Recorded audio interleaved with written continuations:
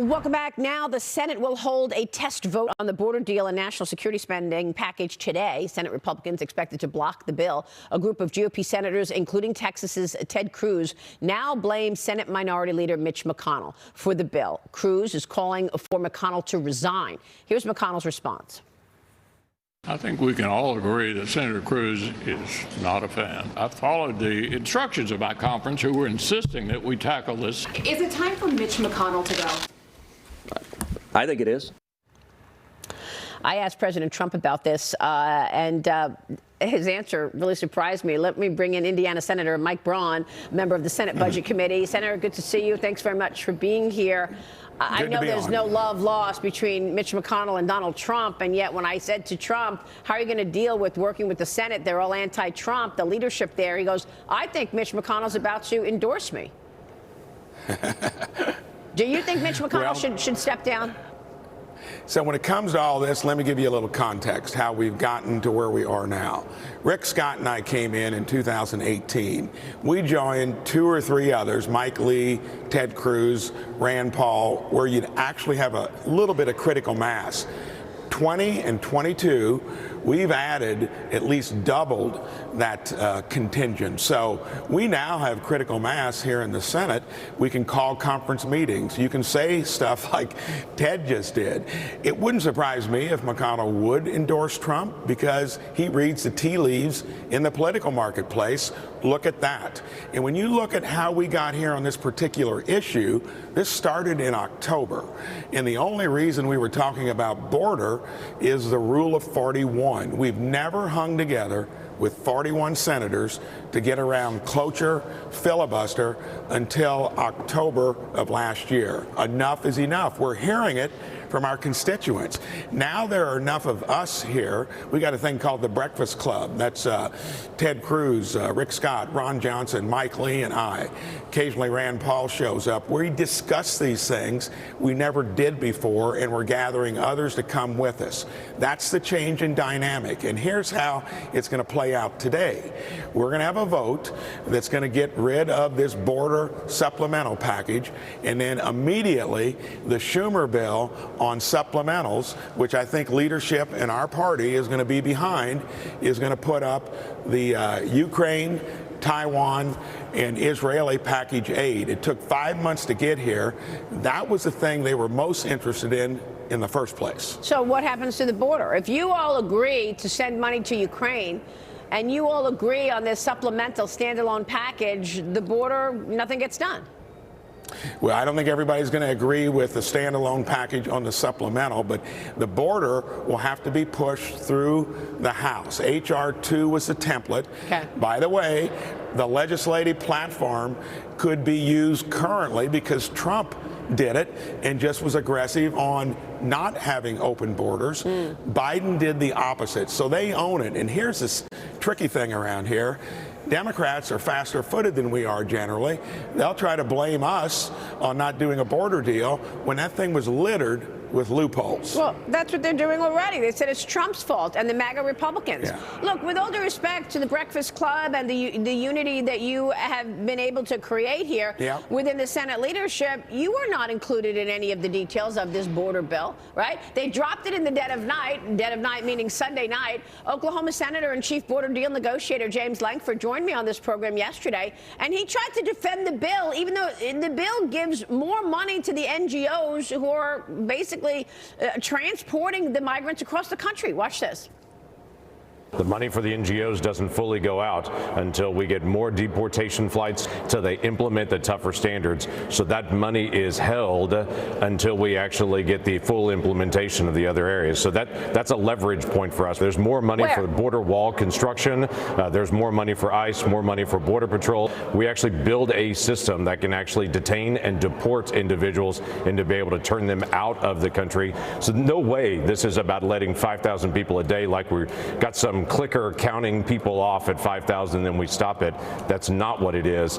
It's not what it is, but that at the end of the day is what it would be. 5,000 plus people a day. Senator, look, your colleague tried his hardest to defend that deal. At the end of the day, he didn't even vote for it. No, and this is all part of the process. This just took longer because finally individuals back home are holding folks accountable. And that's why I think we're in a better place now. We're building momentum. This thing was dead from the beginning because it was going to be too far off of H.R. 2. But we're in a better place now, Maria, than we would have been years ago, but we're not there yet. And you've got to call all this out. That's being done more often than not. And on the supplemental, that's going to be there today. It'll be interesting to see how many in our own party will vote for that when every penny of that $100 billion roughly is going to be borrowed. We're not getting it out of an emergency fund. Everything we do here, when we do spend money, 100% of it borrowed on top of the $2 trillion deficits we're running every year currently. Yeah, which is what sad say. It's a great point that you're making, because as you're talking about this, you've got two deadlines on the horizon, right? March 1st and March 8th, where you got to get the appropriations bills passed, or you're going to be dealing with another continuing resolution and dealing with Nancy Pelosi spending again, which is what got the last guy fired. Your thoughts on whether or not you're going to make these appropriations bills deadlines? Because I've been questioning why the Senate thought it was smart or important to come up with this gargantuan new immigration policy, jam it in during an election year when the Republicans had one request: secure the border. That's it. Secure the border. And they couldn't do it. Couldn't do that. And then it's the same old on these borrow and spend budgets. Maria, they don't mind backing you up to deadlines. That's when you get the 4,100-page bill dropped into your lap at 1:40 in the morning, 2 days to read it, and it plays in to the status quo. That's going to change as well. And one other salient point: the numbers never give up. The amount of interest we're going to be paying here in a year or two is going to equal what we spend on defense. That's right. Medicare trust fund goes broke. Social Security does. That's when things fall apart, and you can't hide behind the bad behavior that's been coming from this place for decades. So what about those appropriations bills? March 1st is coming up. March 8th follows. Well, appropriations have actually had some regular order to it. Leadership isn't interested in that because it doesn't enable them to craft this stuff behind closed doors. That's why I gave up a spot on the appropriations. In the 2 years I was on it, we wouldn't meet at all. It'd be 2 weeks before the deadline, and you didn't even know the top line. That's the part most people don't realize in terms of how this place works. So, it'll fall apart in the long run, but that's the way it is currently. Senator, let me get your take on what happens now with Homeland Security Secretary Alejandro Mayorkas. So 4 Republicans blocked the deal. He survived the House impeachment vote because 4 Republicans voted against the impeachment. California Congressman Tom McClintock defended his decision to vote against impeaching Mayorkas. And I want to get your take what happens with this next week. Here's the senator. Watch this. Secretary Mayorkas is guilty of maladministration of our immigration laws on a cosmic scale. But we know that's not grounds for impeachment because the American founders specifically rejected it. They didn't want political disputes to become impeachments. This border crisis can't be fixed by replacing one left-wing official with another.